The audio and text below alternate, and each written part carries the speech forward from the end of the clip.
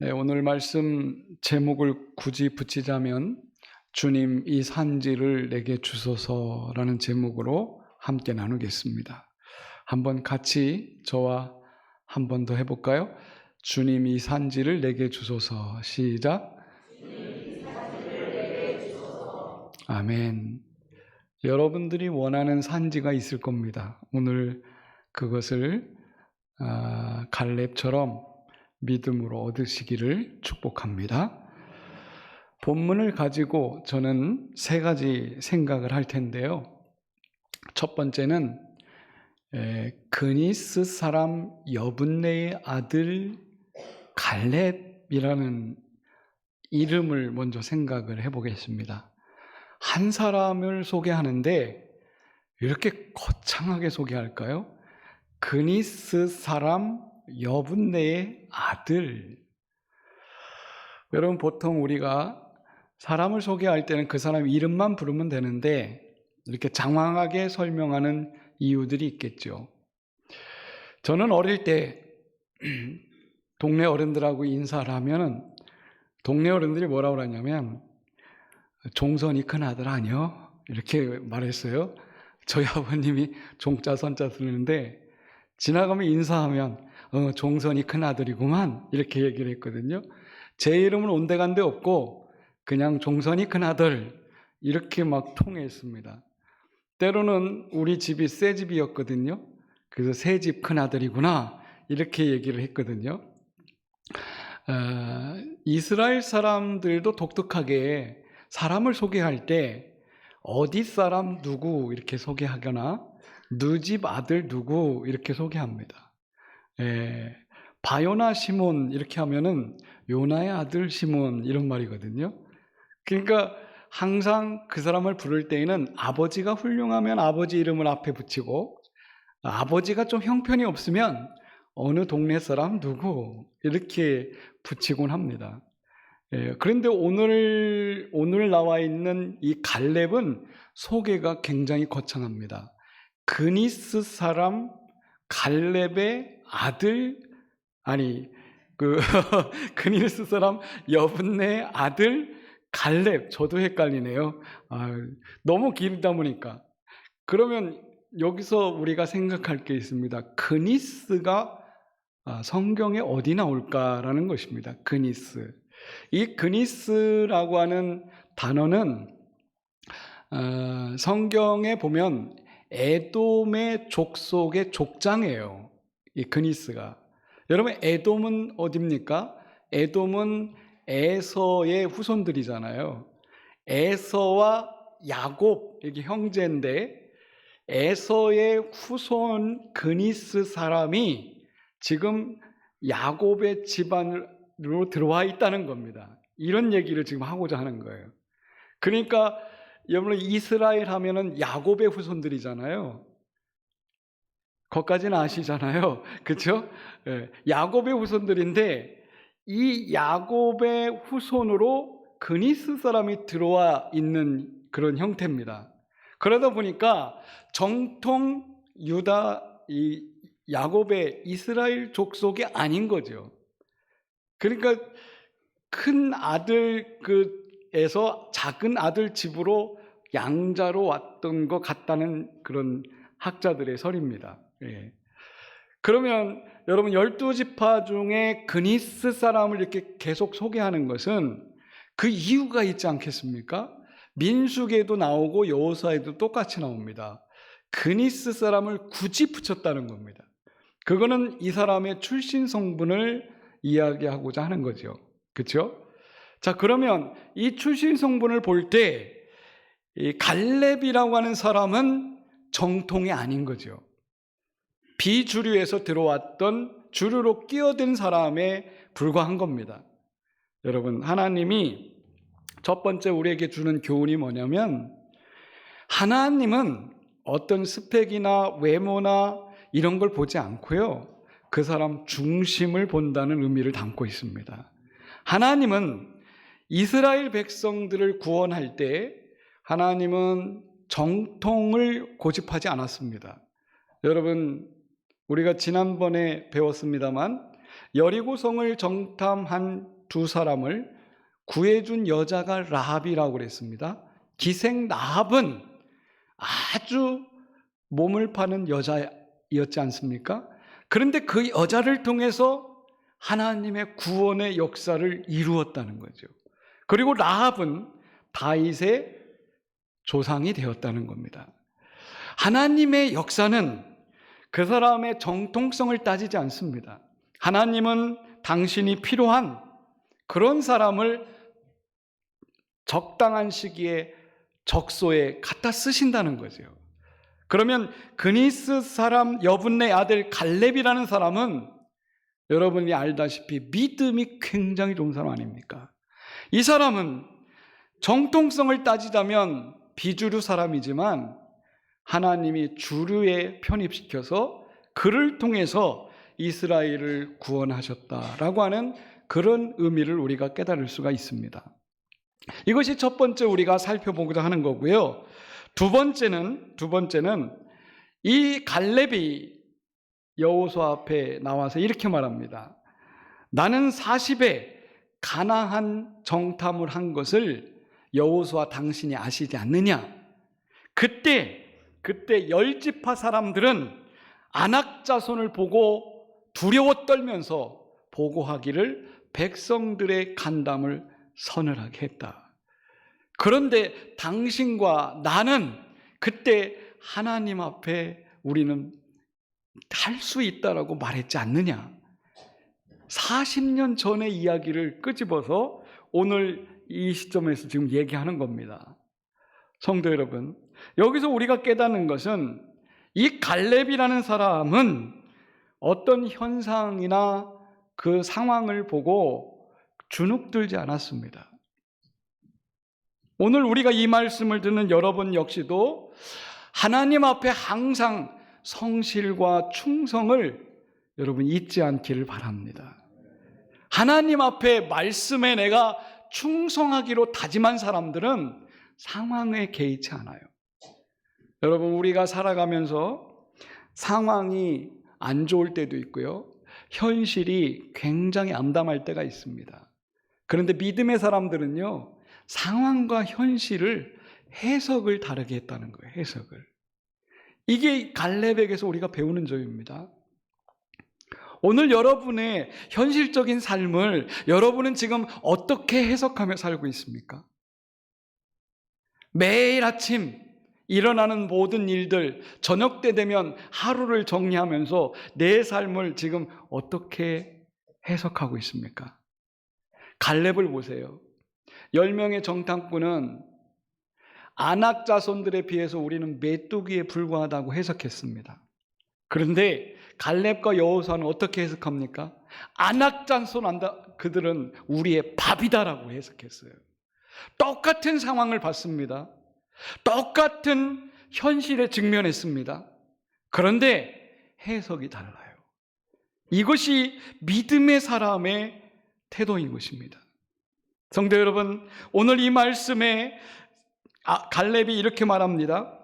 7절 말씀에 보면 나는 성실한 마음으로 보고를 했습니다.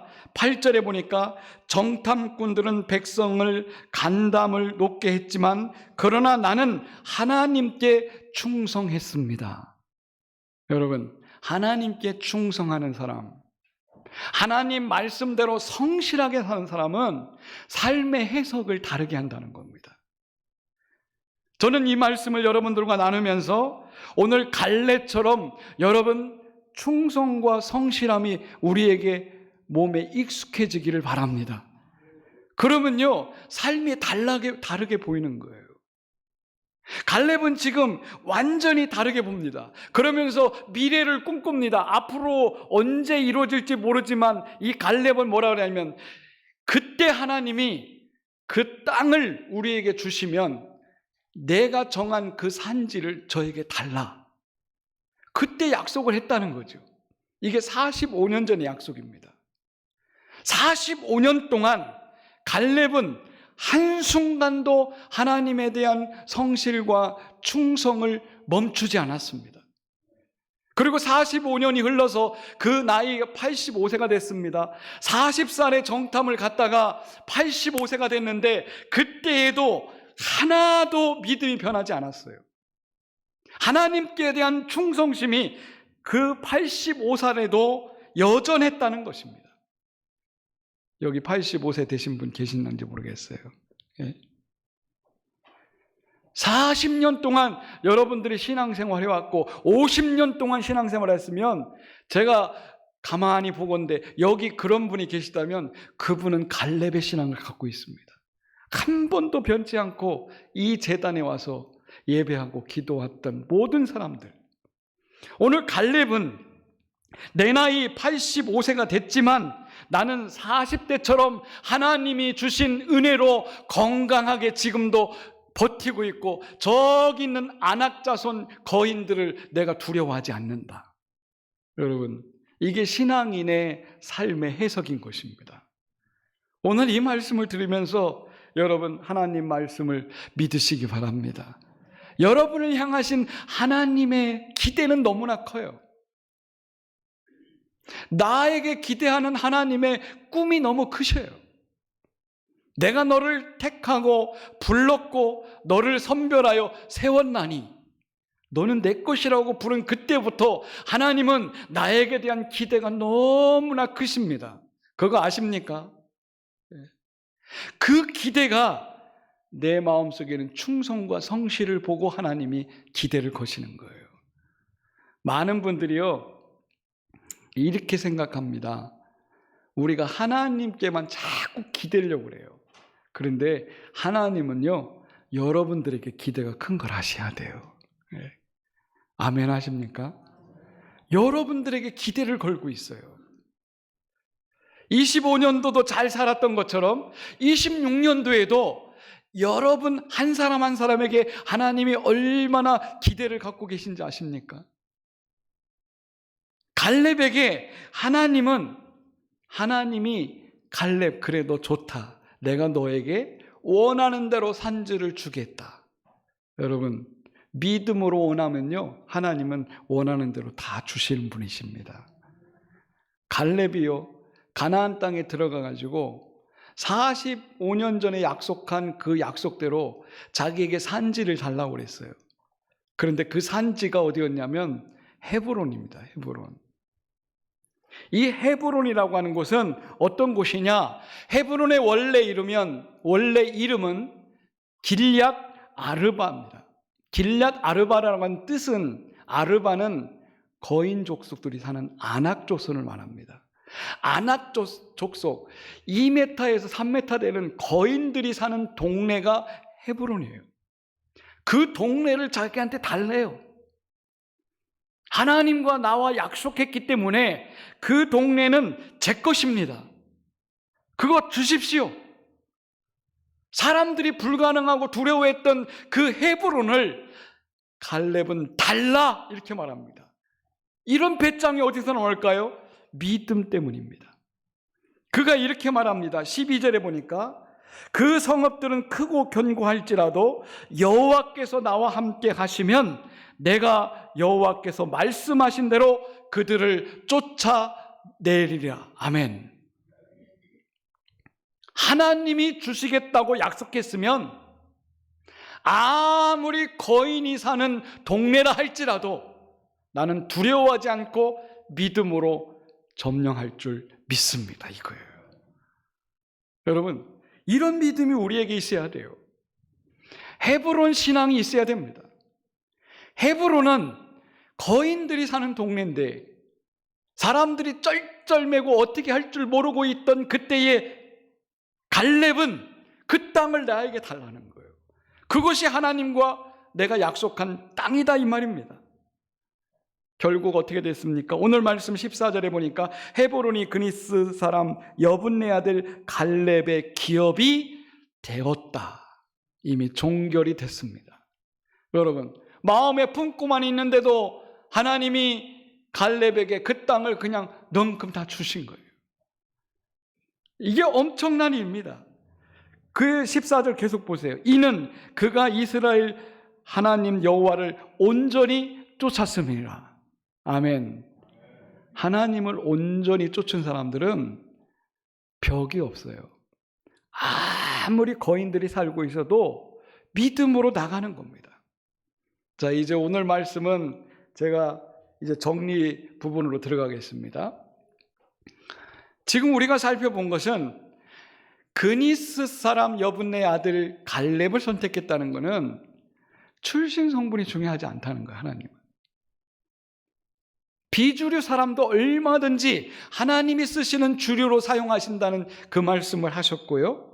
두 번째는 약속을 믿고 살아가면 나이가 한참 드셔도 그 약속에는 변함이 없다. 내가 안 변하면 됩니다. 하나님은 절대 변하지 않습니다. 변하는 것은 내 마음이에요. 갈렙은 변하지 않고 충성하고 성실했다, 그 말입니다. 세 번째는 갈렙은 믿음으로 모든 것을 도전했다는 것입니다.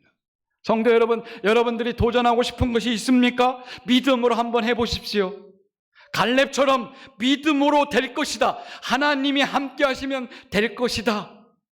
이 믿음 가졌으면 좋겠습니다. 자, 이제 정리하면서 저는 이 본문 말씀을 통해서 신본주의를 깨닫습니다. 여러분, 신본주의는 우리가 지금 채택한 다수주의 원칙이 아닙니다. 우리는 민주주의 다수결 원칙으로 지금 살아가고 있지만 여러분, 신본주의는 절대 다수의 의견에 좌우되지 않습니다. 그걸 믿으셔야 됩니다. 많은 분들이 교회 안의 모든 결정을 다수 원칙으로 결정했다 해서 그게 선이라고 착각할 때가 있습니다. 신본주의는 그런 게 아닙니다. 신본주의는 오직 하나님만 옳습니다. 아멘. 오직 하나님의 말씀만 옳은 것, 이게 신본주의예요. 다수가 원한다고 해서 그게 되는 게 아닙니다. 여러분 보십시오. 하나님 말씀은 다수의 결정에 의해서 결정하도록 하지 않았습니다. 오늘 갈렙과 여호수아가 정탐하고 돌아왔을 때 12지파가 보고를 하는데 10지파는 아니요 라고 그랬어요. 아니요 하는데 2지파만 됩니다 라고 그랬어요. 하나님이 누구를 선택했어요? 10지파 선택하지 않았습니다. 하나님은 2지파를 선택했어요. 이거를 여러분 보십시오. 하나님의 말씀에 합당한 사람을 선택했다는 겁니다. 하나님이 하시고자 하는 그 일에 동역할 수 있는 사람을 선택했다는 거예요. 여러분, 세상 사람들이 다 유행처럼 저거 해야 돼 라고 따라가는데 우리도 휩쓸려 갈 수 있습니다. 그런데 하나님의 말씀으로 한번 재봐야 돼요. 말씀의 기준으로 봤을 때 그게 옳은지 안 옳은지를 선택하셔야 됩니다. 막연하게 말씀 없이 따라가서는 안 됩니다. 많은 목사님들이 그러지요. 뭐 결정하려면 기도하고 하세요. 그 말이 옳은 겁니다. 하나님이 어떻게 말해줬나 이거예요. 내가 계산하고 사람들이 그렇게 의당하니까 나도 그렇게 따라가는 이 휩쓸려가는 다수의 원칙에 나를 여러분 내방치지 마십시오. 하나님의 뜻이 뭔가를 물으셔야 됩니다. 90명이 그쪽으로 간다 할지라도 10명은 아니라 할 때 하나님의 말씀이 어디에 있는가를 보셔야 됩니다. 우리는 이걸 놓칠 때가 있습니다. 여러분 성경을 다 들춰보십시오. 노아 홍수 때 다수결의 원칙으로 하면 누가 다수를 선택했습니까? 홍수가 난다는 이야기를 한 노아 한 사람만 외쳤지 노아 외 전체는 다수가 어떻게 이 맑은 하늘에 홍수로 세상이 망했느냐? 사람들은 다수를 선택했어요. 수많은 사람들이 다 다수를 선택했습니다. 노아와 그 가족만 하나님의 말씀을 선택하고 여러분 성경에 의하면 120년간 기간을 줬다고 그래요. 120년 동안 사람들이 다수결 원칙으로 그냥 사람들에게 휩쓸려 살았어요. 아무도 노아 편이 없었어요. 노아 혼자 하나님 말씀대로 120년을 버텼습니다. 여러분 120년 버티는 동안 노아가 얼마나 욕을 얻어먹겠어요. 저거 미친놈 아니야. 멀건 대낮에 무슨 홍수가 난다고. 여러분 그러나 노아가 옳았습니다. 그걸 기억하십시오. 소돔과 고모라 망할 때 하나님은 롯을 선택했습니다. 사람들이 말을 듣지 않았습니다. 롯이 아무리 설득해도 사람들은 들으려고 하지 않았습니다. 롯과 사람들과 대치하면서 다수결 아니면 소수 의견 따를 거냐 그 결정하는데 12시간이 걸렸습니다. 12시간 안에 사람들은 다수를 따라갔습니다. 롯을 따라온 사람이 없어요. 롯의 아내도 롯을 따라오다가 뒤돌아섰습니다. 여러분 기억하셔야 됩니다. 하나님 말씀대로 우리가 지금 살고 있느냐는 거예요. 갈멜산을 생각해 보세요. 갈멜산 엘리야가 850년 거짓 선지자들과 싸울 때 엘리야 편은 엘리야 혼자였습니다. 말씀대로 한 사람은 혼자였어요. 850명 앞에 사람들이, 동네 사람들이 다 그쪽 편에 섰습니다. 그러나 엘리야는 고독한 싸움을 싸웠습니다. 하나님 말씀대로 하자. 하나님 말씀대로 10시간을 싸워서 결국 850명은 다 죽었고 엘리야만 살아남았습니다. 무슨 말씀입니까? 성경은 무수히 하나님 말씀은 다수의 원칙이 아니라는 것을 얘기하고 있습니다. 오늘 교회 안에서 우리가 무슨 결정을 하더라도 여러분 말씀대로 그것이 옳은지를 판단하셔야 됩니다. 세상에 나가서 여러분들이 사실 때에도 일반 사람들이 다 따라간다고 그냥 속 없이 따라가지 마십시오. 말씀이 옳은지 안 옳은지를 분별할 줄 알아야 됩니다. 그것이 오늘 갈렙의 신앙이었어요. 갈렙은 그 신앙으로 말씀만 믿고 45년을 광야를 지났고 지금 가나안 땅에 들어와서 하나님과 약속한 땅을 달라는 거예요. 성도 여러분, 여러분들이 신앙생활 오랫동안 하면서 말씀 믿고 지금까지 살아온 줄 믿습니다. 앞으로도 말씀 믿고 가시기를 바랍니다.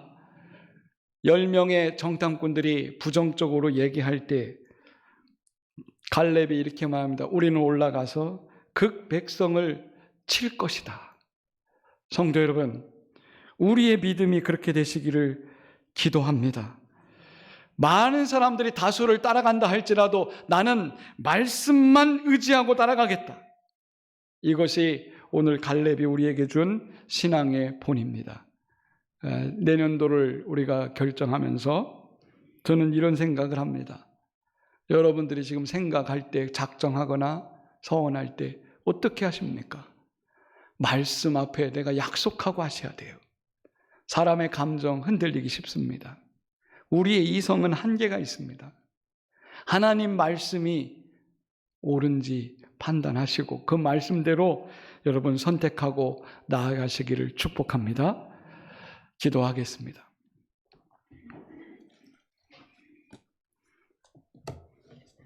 하나님, 오늘 갈렙의 신앙을 통해서 우리의 믿음을 다시 점검하게 하시니 감사합니다.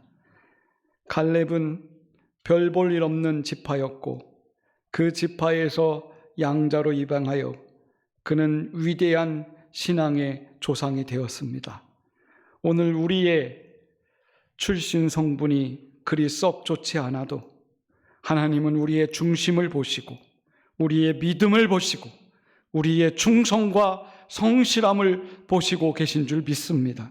하나님, 우리를 통하여 하나님의 일을 이루어 주시옵소서. 감사드리며 예수님의 이름으로 기도드립니다. 아멘.